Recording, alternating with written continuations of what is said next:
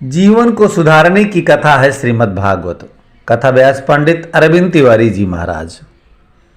नमस्कार, आप देख रहे हैं आर्य प्रयास। मैं हूं धर्मेंद्र शुक्ला। जीवन को सुधारने की कथा है श्रीमद् भागवत पुराण। इसे सुनने मात्र से मनुष्य की सभी सांसारिक समस्याएं दूर हो जाती हैं। ये बातें सुल्तानपुर जिले के धनपतगंज क्षेत्र अंतर्गत मायंकट का मार्ग पर स्थित चरथई सेवरा गांव में मुख्य यजमान सेवानिवृत्त शिक्षिका विद्यावती देवी के निज आवास पर कथा व्यास पंडित अरविंद तिवारी जी महाराज ने अपने मुखार बिंद से पहले दिन की कथा श्रवण कराते समय कही। कथा व्यास ने कहा कि तुंगभद्रा नदी के किनारे एक गांव था। वहां पर आत्मदेव नाम का एक ब्राह्मण और उसकी पत्नी धुंधुली रहती थी। आत्मदेव तो सज्जन था, लेकिन उसकी पत्नी दुष्ट प्रवृत्ति की थी। आत्मदेव बहुत उदास रहता था क्योंकि उसको कोई संतान नहीं हो रही थी, और एक बार उसने आत्महत्या करने की भी कोशिश किया, लेकिन सफल नहीं हो पाया। लेकिन एक दिन हताश होकर जंगल की तरफ आत्महत्या करने निकल गए आत्मदेव। रास्ते में उन्हें एक ऋषि जी मिले और फिर आत्मदेव ऋषि को अपनी कहानी सुनाकर रोने लगा और उपाय पूछने लगा। ऋषि ने कहा, मेरे पास अभी तो ऐसा कुछ भी नहीं है जिससे मैं तुम्हें कुछ दे पाऊं। लेकिन आत्मदेव ने बताया कि उसकी पत्नी को कोई बच्चा नहीं हो रहा है। और जब आत्मदेव ऋषि को बार बार बोलने लगा तो ऋषि ने उसे एक फल दिया और उसको अपनी पत्नी को खिलाने को कहा, और कहा कि 1 साल तक तुम्हारी पत्नी को सात्विक जीवन जीना पड़ेगा। आत्मदेव वह फल लेकर खुशी खुशी घर वापस आकर सारी बात धुंधुली को बताता है और उसको वो फल खाने को दे देता है। लेकिन धुंधुली सोचती है अगर बच्चा हुआ तो उसको बहुत कष्ट का सामना करना पड़ेगा। यही सोचकर वह उस फल को नहीं खाई और जाकर सारी बात अपनी छोटी बहन को बताई। तो उसकी बहन ने उसे एक रास्ता बताया और कहा कि मैं गर्भवती हूँ और मुझे बालक होने वाला है, तू ही ले लेना उसको और उस फल को गाय को खिला दे। इससे उस ऋषि की शक्ति का भी पता चल जाएगा। धुंधुली ने ऐसा ही किया और अपने पति आत्मदेव के सामने गर्भावस्था का नाटक करने लगी और कुछ दिन बाद जाकर अपने बहन से बच्चा लेकर आ गई। आत्मदेव बहुत खुश हुआ, खुशियां मनाई और उस बच्चे का नाम ब्रह्मदेव रखना चाहा। लेकिन धुंधुली ने फिर झगड़कर उसका नाम धुंधकारी रखा। और धुंधुली ने जो फल गाय को खिलाए थे उसके भी गर्भ से मनुष्य का बालक हुआ, जिसके कान लंबे लंबे थे, इसलिए उसका नाम आत्मदेव ने गोकर्ण रखा। दोनों बड़े हो गए, जिससे धुंधकारी दुष्ट व चांडाल प्रवृत्ति का था तो गोकर्ण सरल स्वभाव का था। धुंधकारी सारे गलत काम करता। एक दिन तो उसने अपने पिता आत्मदेव की ही पिटाई कर दी। आत्मदेव बहुत दुखी हुआ और अपने दुखी पिता को देख गोकर्ण उनके पास आया और उनको वैराग्य जीवन जीने के लिए कहा और कहा कि संसार में हम बस भागवत दृष्टि रखकर ही सुखी हो सकते हैं। गोकर्ण की बात मानकर आत्मदेव गंगा के किनारे आकर भागवत के 10वें स्कंद का पाठ करने लगे थे और उसी जीवन में उन्हें भगवान श्री कृष्ण की प्राप्ति हो गई थी।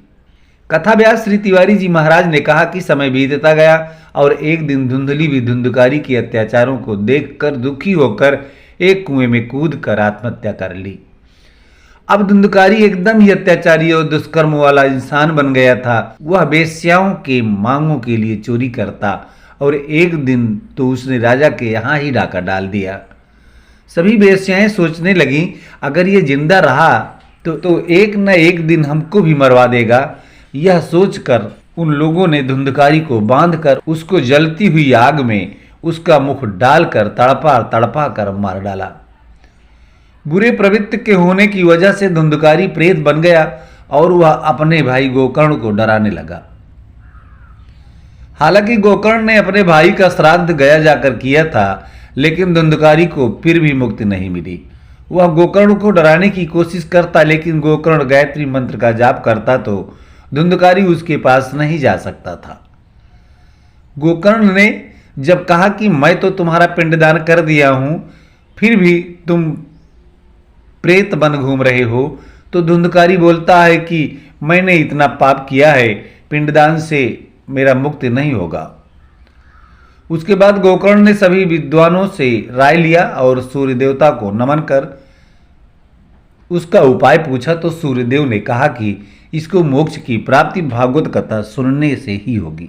गोकर्ण ने भागवत कथा का आयोजन किया और धुंधकारी एक बांस पर जाकर छिप कर बैठ गया। वहां पर 7 गांठ था, वो वहीं जाकर बैठ गया।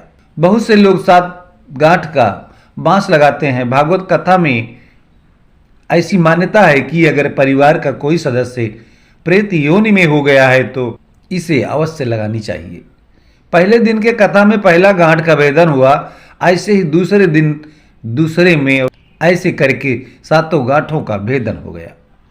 धुंधकारी दिव्य रूप धारण कर प्रकट हो गए और उनको लेने भगवान स्वयं आए। भागवत कथा बहुत लोगों ने सुनी होगी, किंतु धुंधकारी को स्वयं भगवान लेने क्यों आए बहुत कम लोग जानते होंगे। इसका कारण यह है कि धुंधकारी ने पूरी भागवत कथा श्रद्धा तथा प्रेम भाव से सुना। इस अवसर पर अम्बरीश पांडे, आर्यांश पांडे, राधा पांडे, सुमन पांडे, आकांक्षा पांडे, आर्यमा पांडे, अंकित पांडे आदि सैकड़ों लोग मौजूद रहे। महामंत्र विषम व्याल के मेटत कठिन कुंक भाल के। मस्तक की रेखाओं में अकाल मौत लिखी हो, मस्तक की रेखाओं में आजीवन दरिद्रता लिखी हो, मस्तक की रेखा में असाध्य बीमारी लिखी हो, तो इसी ओम नमो भगवते वासुदेवाय का नित्य जाप करो, बीमारी मिट जाएगी, अकाल मृत्यु मिट जाएगी, मस्तक की रेखा मिट जाएगी। ऐसा प्रभावशाली मंत्र है ओम नमो भगवते वासुदेवाय।